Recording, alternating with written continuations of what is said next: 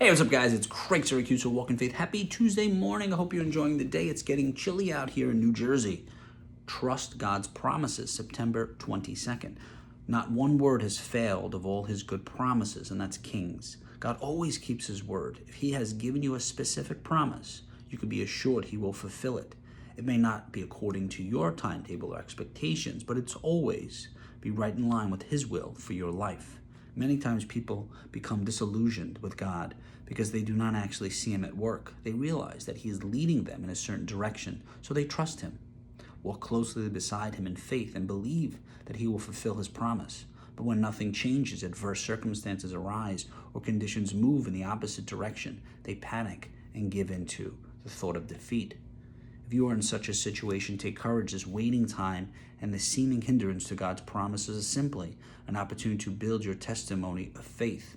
The Lord has not failed or forgotten you. He is simply operating in the unseen, working everything out in a manner too wonderful for words. Therefore, rest easy. He has never gone back on his promises and never will. His fulfillment is coming.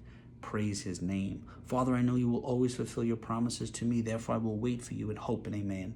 In his presence, trust his promises. This is good. I was honestly thinking about this today. I said, why is it taking so long? God, I've been obedient. I've done everything you asked.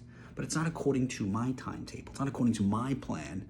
It's according to his plan. So what happens is like we said last week, there is no plan B. When God has put something in your spirit, and you know the promises, and you know your purpose, and you've discerned his voice, we know this already. This is all the same stuff we talk about.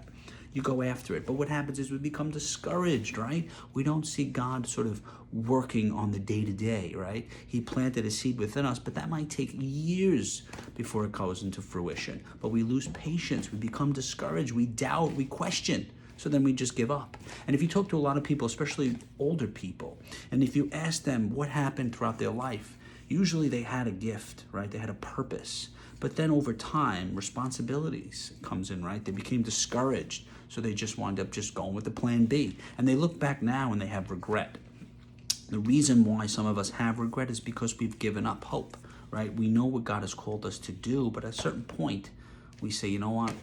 If God really wanted for this to happen, it would have happened already. But that's not, as it says here, our testimony of faith, or I like to call our test of faith. When we can go past sort of that test, that journey on the other side is our destiny, is our purpose. Hold on, hang on, do not give up, and know that God has you in the palm of his hand. Until next time, always remember you're the ability to inspire and evangelize through your words and actions.